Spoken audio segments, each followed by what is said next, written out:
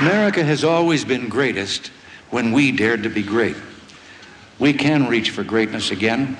We can follow our dreams to distant stars, living and working in space for peaceful economic and scientific gain. Tonight, I am directing NASA to develop a permanently manned space station and to do it within a decade.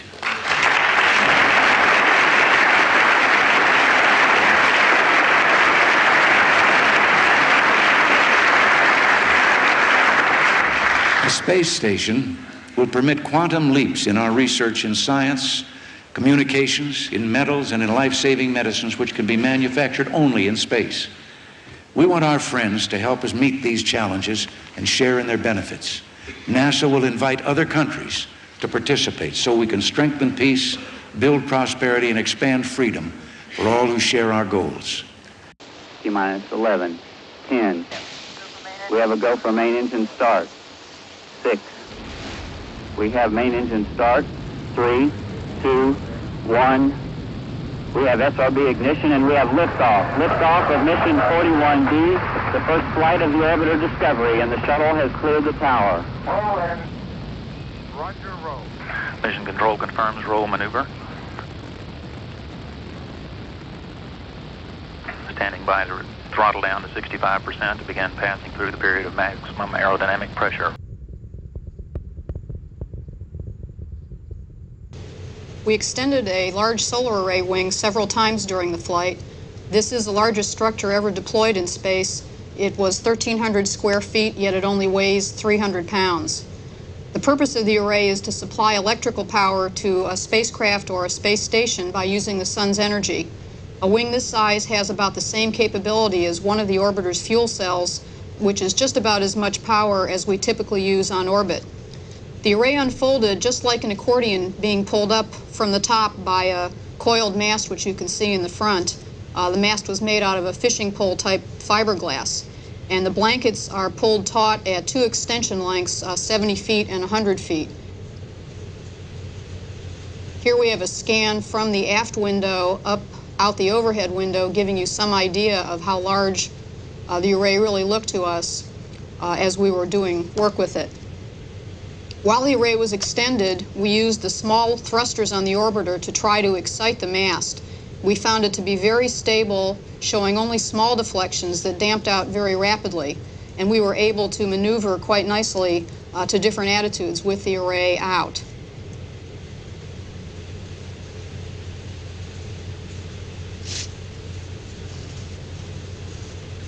Here we're coming across Baja. One of the things that we noticed about the array was that it was translucent, so we could see both the sun and the Earth going by behind it as we were maneuvering. All in all, it was a good flight test for large space structures with potential future use in either space-based construction or in space station operations. And it's also a potential prototype of an inexpensive power source in both dollars and weight of the future for NASA.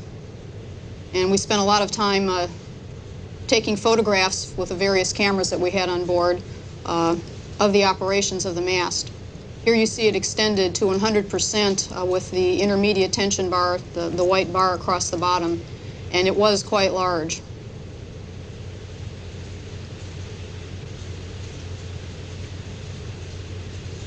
There's Henry trying to take a picture of the top. And in this closing shot, we have a sunset. You can see the sun shining through the array. We were tail sun at that time, and when you see the shadow of the vertical tail on the left bottom portion of the array.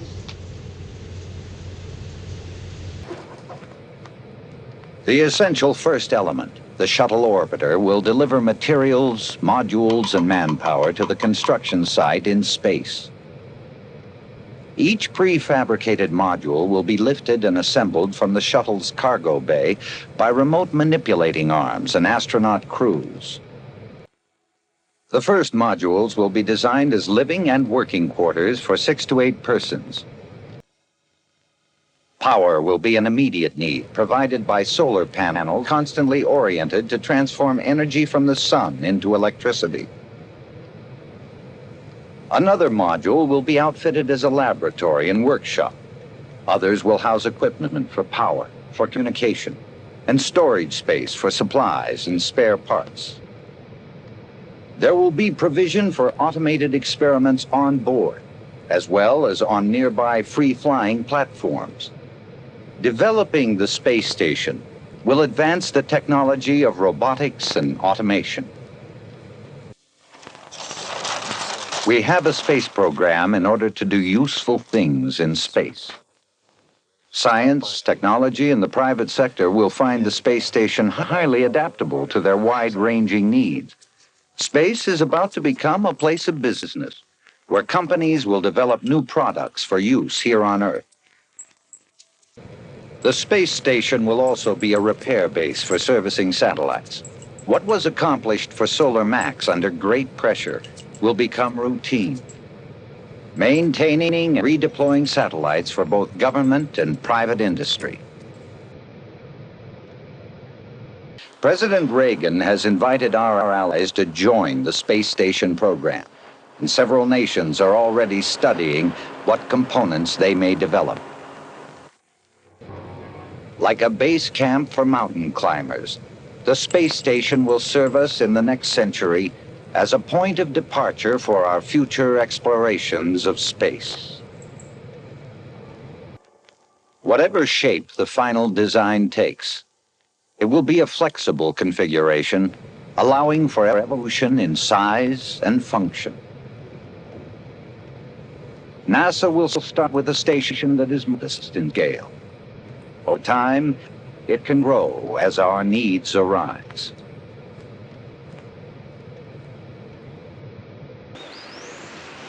T-minus 10, 9, 8. We have a go for main engine start. We have main engine start.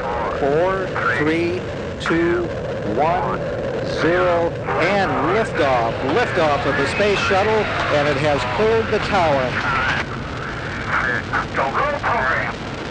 Roll program initiated. Roger, roll, Atlantis. Good roll confirmed.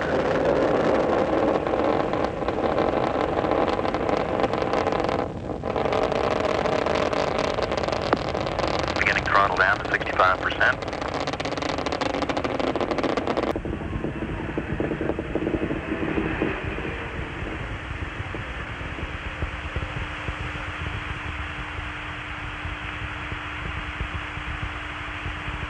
Seconds away from solid rocket booster separation. Velocity 5,000 feet per second, altitude 19 nautical miles, downrange distance 20 nautical miles. Standing by for solid rocket booster separation. Roger. And we have solid rocket booster separation, 2 minutes, 6 seconds.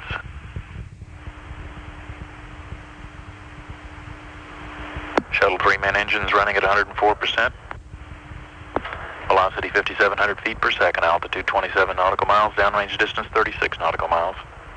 This is Brewster and Brian and Mary in the flight deck. They're preparing for the first of the 2 spacewalks. This doesn't show it, but they had a real plethora of cameras in the aft flight deck, and you'll see some examples of that later on. Meanwhile, Woody and I were down in the mid-deck, and we're preparing our 35mm cameras to go outside. We had to put some special covers on them to protect them thermally and to set up the lenses properly. Mid-deck gets pretty crowded when we have the 3rd EMU out there in the mid-deck and both of us are trying to get into our suits. It's a lot easier, I think, to get into the suits in 0G than it was in 1G. You can see me entering into the hatch there, going into the airlock, and Woody is to follow here. And Brian was our IVA aide-de-camp, helping us get suited up, and he did a super job. You can see us squirming, trying to get up into our hard upper torsos, which form the upper half of our suits. The first time we got in the suits, it was a pretty tight fit, but by the time we got into them on the 2nd EVA, it was a much smoother ingress into the suits. I think partially because we had press fit them to our form on the 1st EVA.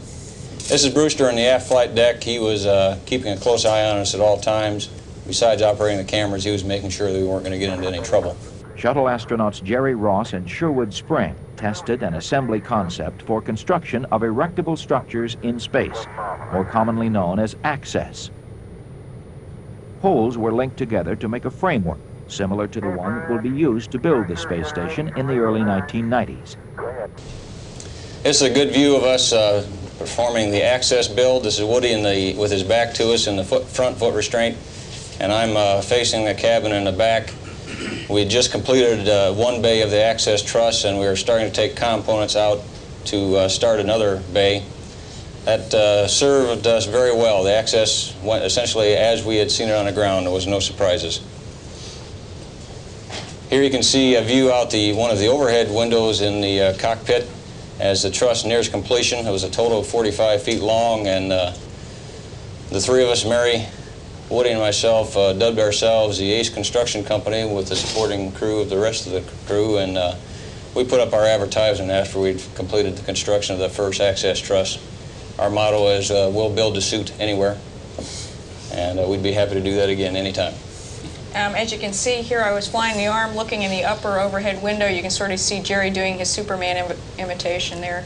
After working a lot of hours in a simulator flying Captain Cardboard around, it was really a treat to be able to give these guys a ride, and they were real cooperative, giving me great GCAs. Here you can see him saluting a flag up on the MFR, which was really fun to see. Here, Jerry is demonstrating running a cable, like if you were going to run an electrical cable in a space station. I just took him straight up the structure and straight down again. We did notice a couple inches drift at that point in time. I'll tell you, before I was taking these guys out, and here they're doing a build of Bay 10, it was really funny. They sat down in the airlock for about 40 minutes and just really pumped me up, talking about what a great guy I was, until I got them flailing around on the end of the arm, and it was really a good time. The arm flies wonderfully. It's just such a great tool. Real smooth, and no surprises. And the most amazing thing for me was watching him pick up this thing, which was the equivalent of a 4-story building, this truss, access truss, and just twirl it around with very little effort, and it imparted very little motion into the arm. I expected more arm dynamics, and we didn't get it.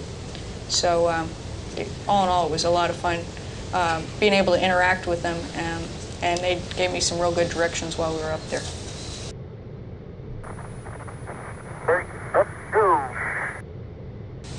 Well, this next sequence was a set of special filming that was done for data collection on the construction of the EASE hardware. This was shot at 6 frames per second. The person that was working in the foot restraint, and in this case it happens to be Woody, had a pretty good workstation, and even though he was very busy, he felt fairly comfortable with his work. I was free-floating for this build, and as you'll see, we'll both go up and take the next beam up together. That also seemed fairly comfortable, we thought, being able to have one person on each end of the beam. The beam was controllable, and there wasn't an excessive amount of hand strength required to maintain body position and to align the beam for attachment. By the way, this, I think, was the 8th of the 8 builds we did of EASE on the first of the 2 EVAs, and we were felt pretty well up the learning curve by that time, and I think that accounts for the smoothness with which the assembly went on this particular time. Relatively smooth. Relatively smooth. Our hands by this time were getting relatively tired. The suit with the body inside it weighed in the neighborhood of 400 to 450 pounds. The beams each weighed 60 pounds or so. And when you're trying to maintain your body position and still torque those tubes around and then line them and attach them, it gets your hands fatigued rather rapidly. This is probably not the preferred way of assembling a space station. Something more akin to access, where the crew members are stationary in foot restraints, is preferred. But for certain applications, I think we've demonstrated that crew free-floating, especially if you have a crew member on each end of a beam, is certainly an adequate way to do certain types of construction in limited applications. You can see me kicking my heels together there at the end of the last build. This shows me starting to pick up these. On the second EVA, we constructed them again, and then we were able to release them and manipulate them. And this shows me manipulating the entire EASE structure. Now, that structure weighs about 400 pounds on Earth, and the center of gravity of it is about 6 feet in front of me. Jerry and I both had the opportunity to manipulate this, and again, it was very easy to do. We could just run it end over end from side to side. As long as we kept the rates down fairly slow, it was not a problem at all. After we were done doing this, we were able to reinsert it right into the socket that it came from, which required accuracy down to the centimeter level, and it was not a particular problem. Now, we did run into a problem during the flight in that we could not replace a very simple pit pin, and that gave us about a 30-second consternation. Then we decided to go ahead and move over to the next rack of clusters and just continue on with the EVA. Funny things that stick out this way. The electrical generation and conversion activity generates heat, and so we have to have a radiator system to get rid of the heat on this part of the ship when it's up there flying by itself. And so the first launch takes up a little electricity, it takes up a little heat rejection. It also will take up an attitude control system. There will be computers, and it'll have a couple of those antennas we were talking about, because it has to be self-sufficient. We've got to be able to, and we'll fly it from the control center over here just like we would an unmanned spacecraft. Talking about Maybe you want to talk about this. Because you at least ought to tell them, when you show them the whole thing after it's put together, you ought to tell them it's bigger than a football field. It's one of the things that I've also because having this was very helpful, because kids have a much well, their have a pretty good size idea perspective is how big this is, and then to show it against that. So that was helpful. Just with it, without this, it would be very hard to explain it. Yeah. And you're much better giving comparisons to kids or examples than the numbers don't mean they're not going to make too much. Tell me what I guess I sort of understand what you're going to do with this thing. Are you're going to take it apart and put it together in front of cameras, or are you? While I'm talking about it, I figured I would be putting parts of it together. Obviously, this whole piece down here is welded or secured, which ideally it'd be nice to have all the little pieces to but that might be kind of hard. I realize it, and also we're very limited on time. Yeah. Experiences gained on Skylab and Space Shuttle missions are the foundation on which space station operations of the future will be built. With the combination of a manned base and automated systems, the servicing of satellites will become routine, as will the deployment and operation of scientific instrument platforms. Capabilities not yet dreamed of, a future within our reach. The space station, another step in the continual building process, where each venture into space forms the foundation for exploring the universe. Ladies and gentlemen, distinguished visitors, on behalf of Secretary Shultz, I would like to welcome you to the Department of State on the occasion of the signing of this important set of agreements on cooperation among the United States, Europe, Japan, and Canada in the detailed design, development, operation, and utilization of the permanently manned civil space station. It is fitting that on the day that NASA has successfully launched the Space Shuttle Discovery, we too here will launch the Space Station Partnership. There are 4 agreements that will be signed today.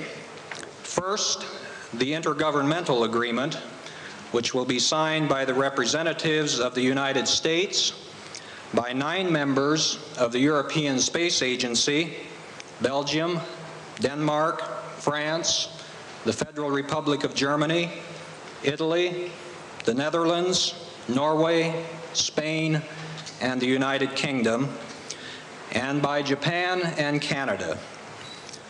Second, an arrangement on interim cooperation to be signed by the United States, the European governments, and Canada.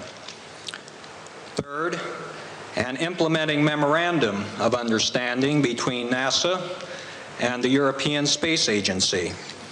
And finally, an implementing memorandum of understanding between NASA and the Ministry of State for Science and Technology of Canada. A telerobotic servicer, FTS, is a robotic device that combines teleoperation using a human operator to direct the machine with autonomous capabilities for performing tasks mostly by itself, but supervised by man. Plans call for the FTS to assist the astronauts in the assembly of Space Station Freedom. While FTS will be limited initially to spacecraft servicing and maintenance tasks, Ultimately, it will be able to reach, retrieve, and service unmanned satellites in an unprecedented manner, saving millions of dollars. When operational, FTS will improve reliability, productivity, and safety, and will act as an aid to astronauts. Also, it will perform tedious and hazardous tasks. To meet this technological challenge, the Goddard Space Flight Center is developing a unique space robotics facility. This facility, housing a variety of robots, computers, display systems, plus a full-scale mock-up of space station hardware, will be used by the Goddard Robotics team to create, test, and evaluate new robotic technologies required to support the evolution of the Flight Telerobotic Servicer. The Flight Telerobotic Servicer aboard Space Station Freedom will revolutionize America's space program. It will allow us to service and repair both the space station and spacecraft, such as the Hubble Space Telescope and Gamma Ray Observatory, conduct routine maintenance services, and replenish hazardous fuels. FTS will also assemble spacecraft and instruments which have been flown on separate flights to the station by the Shuttle. The next step in space exploration and utilization, Space Station Freedom, is currently being developed by the United States with cooperation from Canada, Europe, and Japan. In building a lunar base or traveling to other planets, Freedom will provide the departure point necessary to accomplish those missions. As a research laboratory, Freedom will increase scientific knowledge, stimulate the development of new technologies, and help realize the commercial potential of space. Currently, advances are being made in various technologies as we prepare for life aboard Space Station Freedom. Robotics research at NASA's Johnson Space Center in Houston is being done on this robotic retriever. The free-flying helper will be used to retrieve loose tools and even astronauts who get separated from the space station. Sophisticated robot systems will assist in the building of the station and capture of satellites, according to Space Station Chief Scientist Dr. David Black. Now, one of the crucial capabilities, and it's being provided by Canada, is a major remote manipulator that will run around on a truss-like structure on tracks and be able to move all throughout the space station. And the reason that's important is that we plan on using that robust, fairly healthy arm to assemble the space station itself.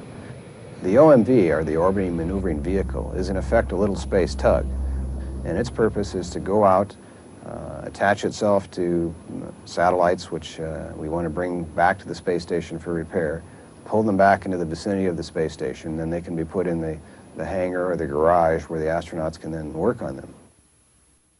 The new space station is designed to avoid the tremendous drag of solar arrays by incorporating solar dynamics.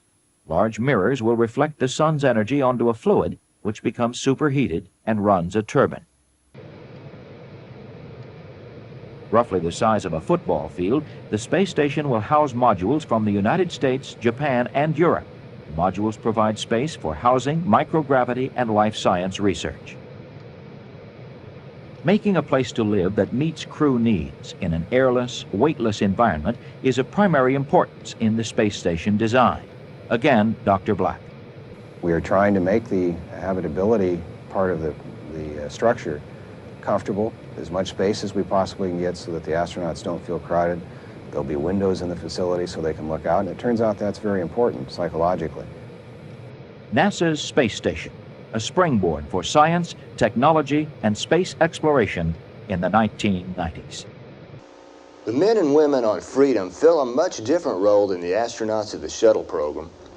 On the Space Shuttle, the astronauts' primary concern was to keep the orbiter and its complex support systems operating properly. But on Freedom, it is a new era. It's the era of OMS, the Operations Management System. Once I've logged in, I move the cursor to a trackball-sensitive area of the screen and select the word Planning. This gives me a menu of several planning activities. I'm interested in the short-term plan, so I'll select that entry and the short-term plan appears. By reviewing the short-term plan, I see there is an important task for today. The station must be reboosted into a higher orbit. There is a certain procedure I must follow to accomplish this maneuver. By selecting the task Reboost, I get a new window that lists several options.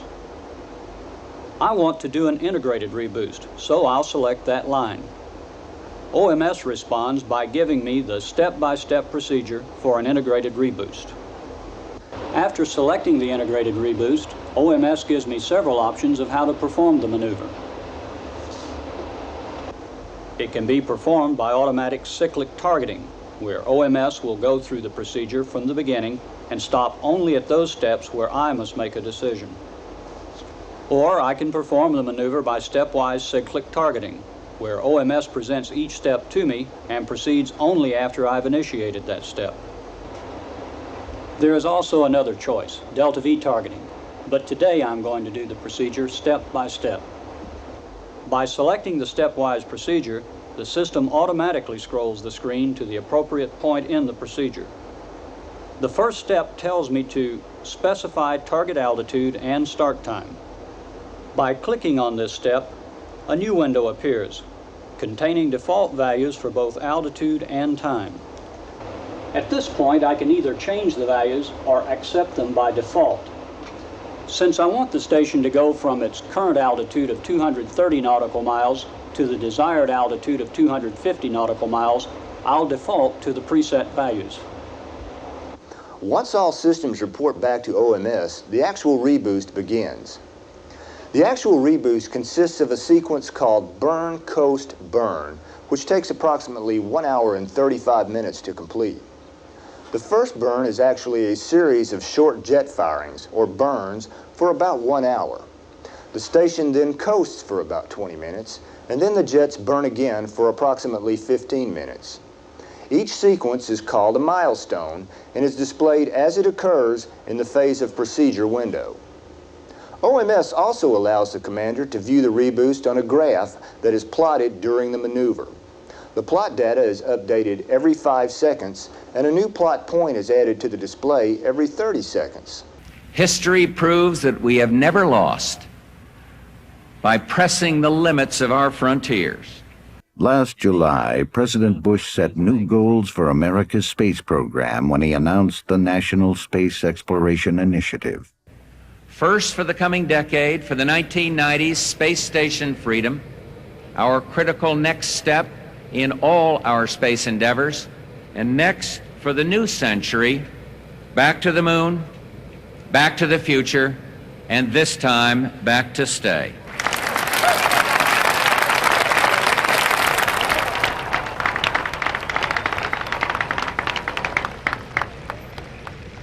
And then a journey into tomorrow, a journey to another planet, a manned mission to Mars. Observatory, school, laboratory, home. This is Space Station Freedom, where international teams of astronauts will live and work permanently in space. 8 crew members can live comfortably aboard Freedom. The astronauts' private quarters are equipped with computers, VCRs, and telecommunications to Earth. Each astronaut lives on Freedom for 3 to 6 months at a time.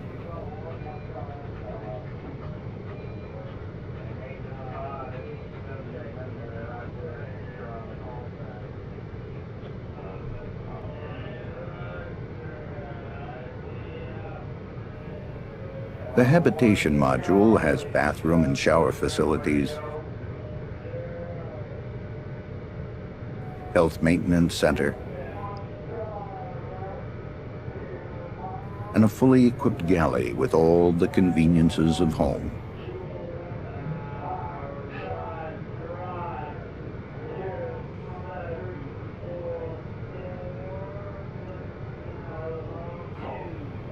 Except here, there is no gravity.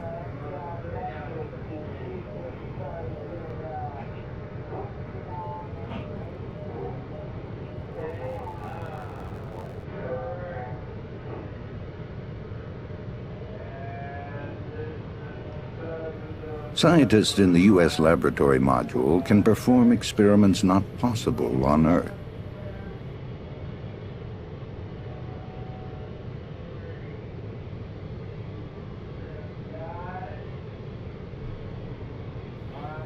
The microgravity of space allows astronauts to grow perfect crystals and produce chemicals with an unprecedented level of purity. They experiment with robotics, electronics, ceramics, plants, and human cells.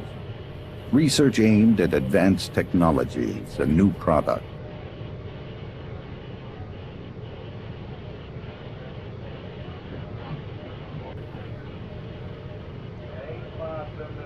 An important mission aboard Freedom is Earth observation.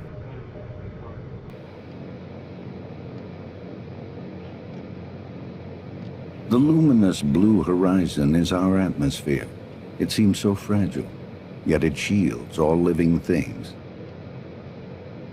From Freedom's orbit, 250 miles above the Earth, our home planet is perceived as a delicate living organism that needs to be protected through international cooperation. Freedom's external payloads are attached to a truss structure 500 feet long. Instruments are trained on the sky as well as Earth. Information gathered enhances research in astronomy, oceanography, geology, and meteorology, changing the way we understand our world and our solar system.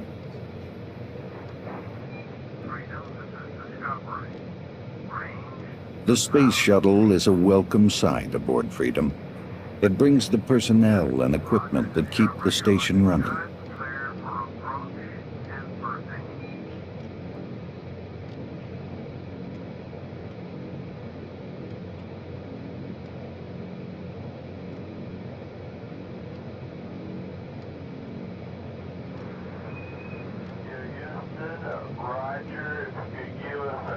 The space station itself begins in the cargo bay of the shuttle.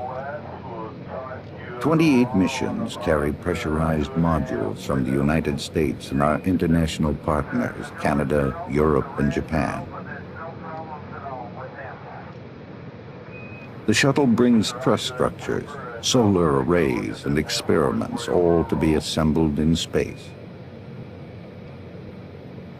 In the late 1990s, when the station is operational, a new era begins.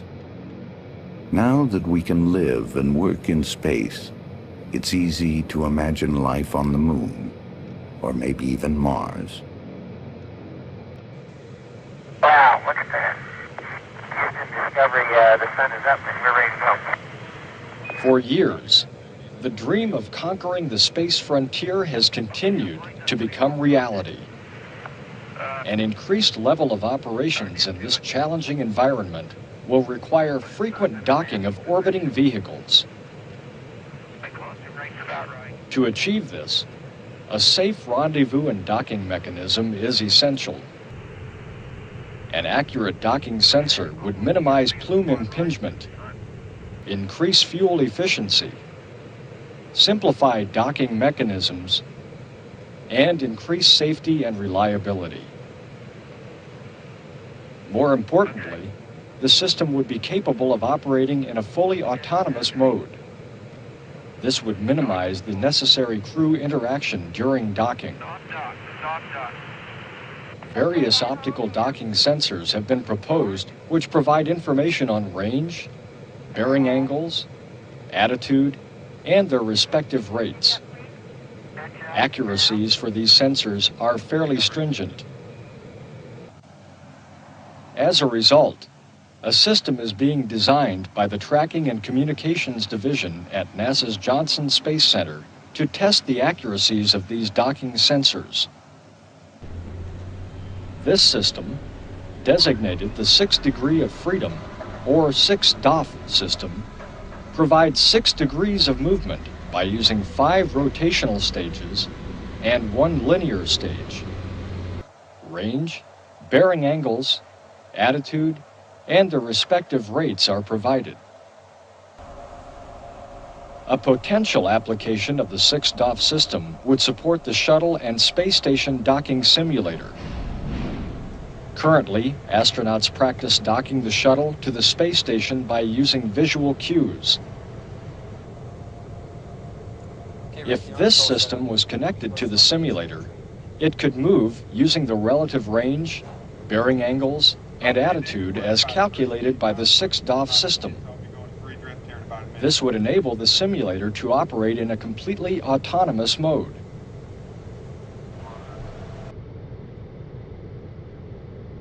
The answer? Well, NASA's been working on the answer for a number of years, and we're coming very close to a final design of what a space station for the free world should look like. And I'll show you behind me on the bulkhead an artist's concept of the space station Freedom.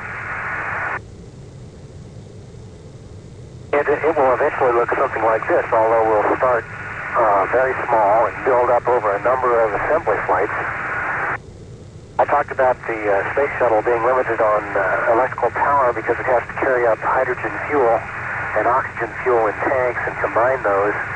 Obviously, solar energy from the sun is unlimited if we can tap that, and the principal element of the space station would be huge solar arrays that you see extended out here on the end of this truss work. And in this particular concept, the truss is maybe 500 feet from tip to tip. And each of these solar arrays maybe would produce 8 kilowatts or so of electrical power, so something like 50 to 75 kilowatts total. And let me remind you that your home, if you live in Houston in the summer, probably runs 2 to 3 kilowatts. So that's a lot of electrical power. And it would provide an unlimited amount of power to do science like we're doing today with the astro telescopes or the broadband X-ray telescope, microgravity research, any number of investigations that we have yet to think of. The principal habitation modules in this concept are in the center. Each of these is about half the size of the payload bay and get carried up by a space shuttle, as you see in the picture, docking with Space Station Freedom.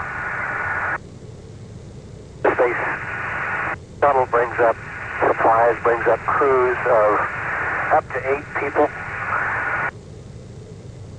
This program, the Space Station Freedom, is an international partnership with our international partners, the European Space Agency providing one of the laboratory modules, the Japanese Space Agency providing another laboratory module, the Canadians are providing the robotic devices that are outside the space station and help with maintenance and assembly of the space station. And as partners in this program, we will have European astronauts, Japanese astronauts, Canadian astronauts flying with us in this space station mission. We expect to start assembling this large space station by carrying up the first small pieces in about 1995, and then over the next 5 years or so, gradually build more and more capability into this system, initially manning it with maybe a crew of 4 people, but eventually by the turn of the century, we think we'll be up to crews of 8 people staying as long as 6 months at a time in this station. And it's a very exciting prospect for future science and space technology.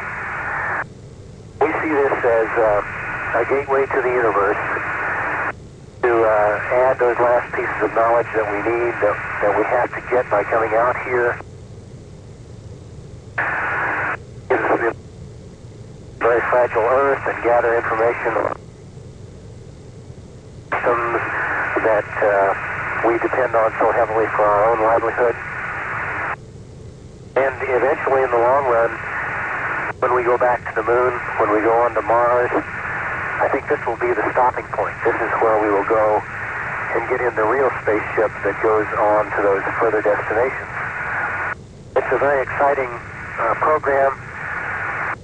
In fact, most of this crew has been involved in the past and expects to be involved in the future in the design development of Space Station Freedom, in further into production, and hopefully we'll get to help build and fly this thing And for any of you high school, junior high age, or elementary school students out there that might be watching, let me suggest this is a very exciting area that we will need a lot of help in the years ahead.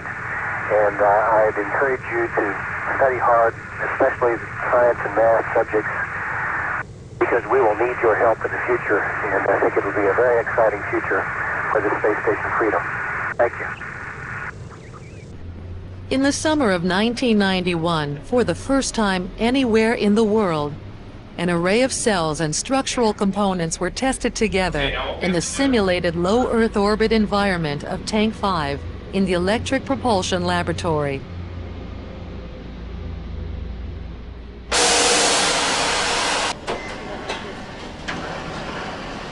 Funding from NASA's Office of Safety and Mission Quality and the Work Package 4 Project Office allowed engineers to develop and design a high-fidelity plasma generation and diagnostic system. The intent? To test the electrodynamic reaction between the photovoltaic system, the structure, and the plasma.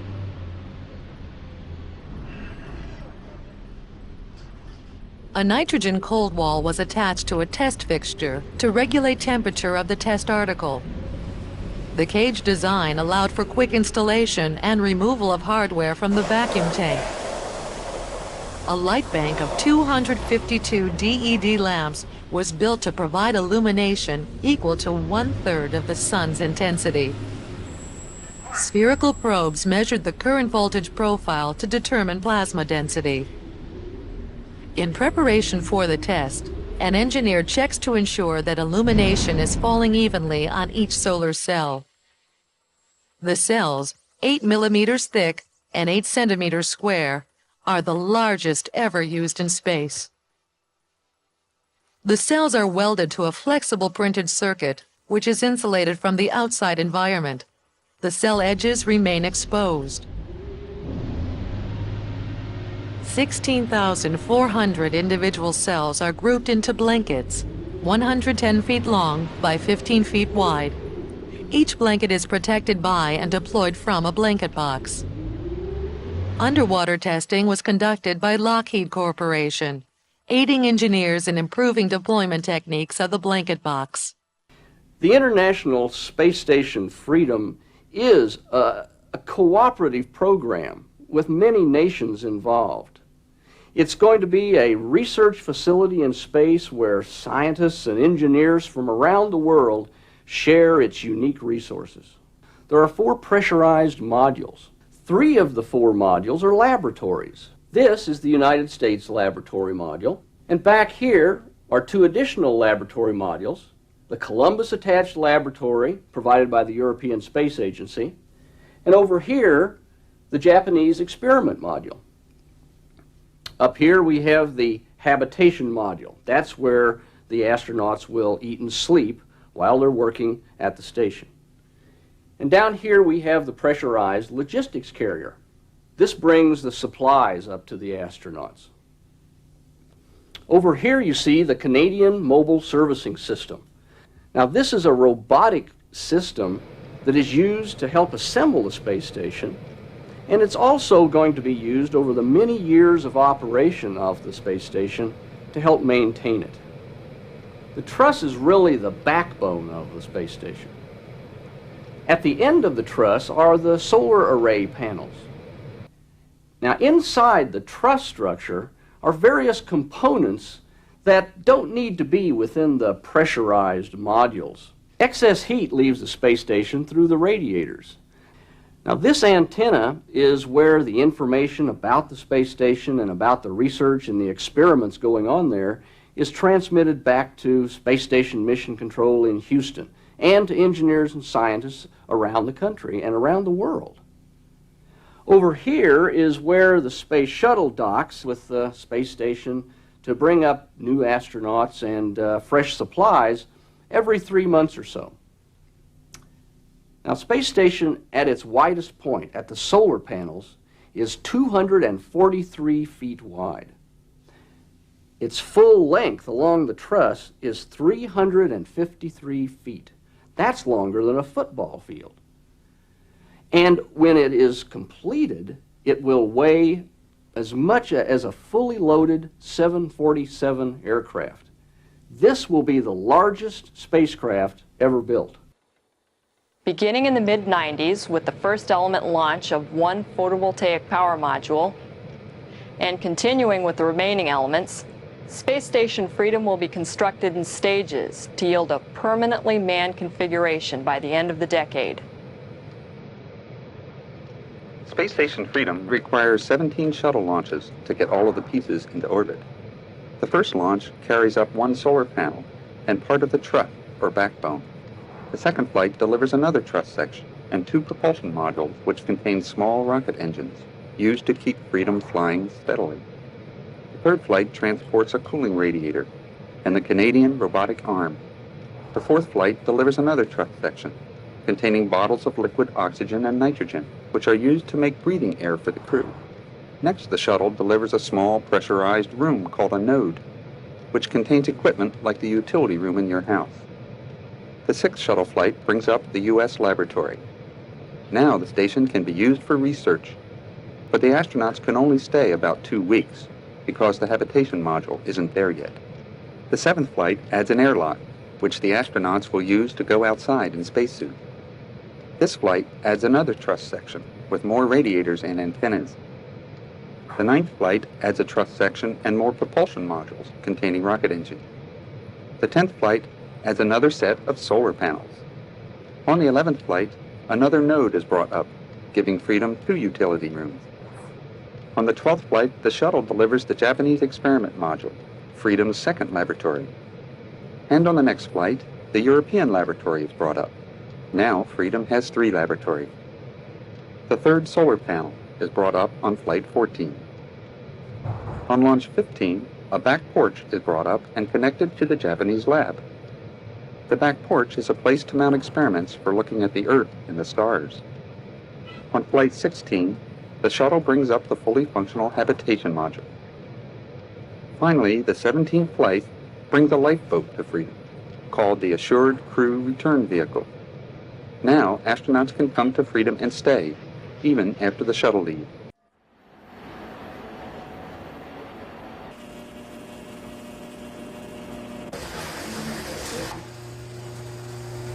With the Johnson Space Center, prime contractor McDonnell Douglas is assembling frame members of the Propulsion Module Development Unit. Each contact point on the center frame must be carefully prepared to ensure good electrical bonding. This unit is part of Freedom's propulsion system, which provides thrust for attitude control in space, booster energy to maintain proper orbit, and maneuverability needed for collision avoidance. The assembly proves the efficiency of modern CAD/CAM techniques used to create these parts. Computer-aided design and computer-aided manufacturing are an important ingredient in maintaining a robust manufacturing sector in the United States.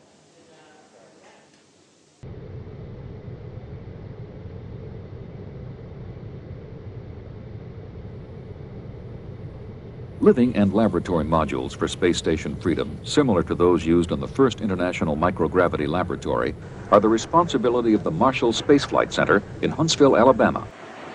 Boeing Company, prime contractor, is assembling these units. Large rings seal the connection points of the living and laboratory modules. Debris is removed from the structure in preparation for mounting the berthing ring. Once in proper position, the ring is tack welded to the development unit in preparation for testing. In the hot draped former area, technicians are fabricating structural members of the modules. This technique shapes multiple ply layers simultaneously, reducing the labor needed to fabricate complex designs. The graphite epoxy materials must be heated to an internal temperature of 140 degrees Fahrenheit. After cooling, the surface release film is removed. The finished product will be incorporated in one of the modules being developed for Space Station Freedom. By implementing universal standards for the payload racks, significant savings have been achieved. Scientists from around the world are planning a diversity of experiments, all utilizing one cost-effective modular structure.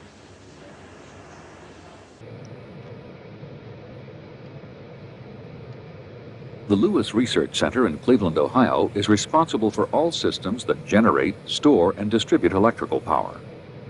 Prime contractor, the Rocketdyne division of Rockwell International, has begun the transition from design to fabrication. Construction is now underway on components of the electric power system. These electromagnetic interference units help shield equipment from disturbances in space. Since the power system is one of the earliest components needed to operate Space Station Freedom, it is among the first being produced. This new circuit tester, useful in a wide variety of other commercial applications, is being used to automatically test the integrity of every circuit board. One component approaching final assembly is the battery box, which houses the rechargeable nickel-hydrogen batteries. In preparation for the critical design review slated in December 1992, the box is readied for neutral buoyancy testing in the Johnson Space Center's Weightless Environment Training Facility. Here, in large underwater tanks, astronauts practice tasks in an environment that simulates weightlessness. The battery box is tested for maneuverability and accessibility with both power and hand tools. Is it directional like a socket? The results are analyzed and designs revised. The best position is determined for handholds on equipment. I'm ready to push.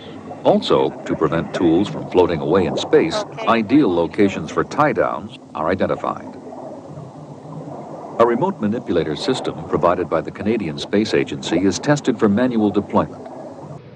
The Japanese experiment module consists of a pressurized shirt-sleeve compartment for living and working, a remote manipulator arm for outside experiments, an exposed facility for astronomical and Earth observation, and 2 logistics modules to store and warehouse materials.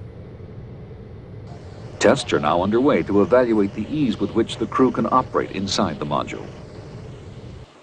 Here, a technician occupies a sophisticated seat that simulates body posture in orbit. An eye mark recorder is mounted on his head. The moving mark on the screen traces eye movements across the workstation's panel as the technician is instructed to perform a variety of tasks. Data from these tests will enable designers to improve the workstation's physical layout. Tests are also being run on the remote manipulator system, operated inside the spacecraft to perform tasks outside. This model allows software engineers to check computer programs which operate and control the arm in space. Video cameras mounted on the arm help in the evaluation process. These computer-generated images simulate operation of the manipulator arm. The pictures include the control panel, 2 views from TV cameras that will be mounted outside the spacecraft, and the view out the window. The knowledge and skills gained in developing this advanced technology have benefits here on Earth. When risky tasks must be performed in hazardous or toxic environments, sophisticated robots like these are able to spare human workers from danger. Experiments that are difficult or impossible to conduct on Earth can be carried out in the vacuum of space. The Space Station Processing Facility at the Kennedy Space Center is where elements of Freedom will arrive for final assembly and testing. Cleanroom environments, cranes, and video communication systems allow NASA staff to perform a wide variety of pre-launch activities. Specially designed workstands will support the hardware, while trials and simulations are run on the fluid, electrical, control, and monitoring systems. The building is designed to contain hardware operations facilities, offline laboratories, control rooms to support test activities, and areas for logistics and general support. After components for Freedom are assembled and tested, they are transported to the launch pad for installation and delivery on board the Space Shuttle. In 1993, Russia joined the United States and its international partners in the largest cooperative space exploration effort in history, the development of an international space station. By joining our efforts, we are able to create a whole that is greater than the sum of its parts. A bold 3-phase approach has been laid out to progressively build toward that goal through the sharing and exchange of hardware, knowledge, and expertise that each partner brings.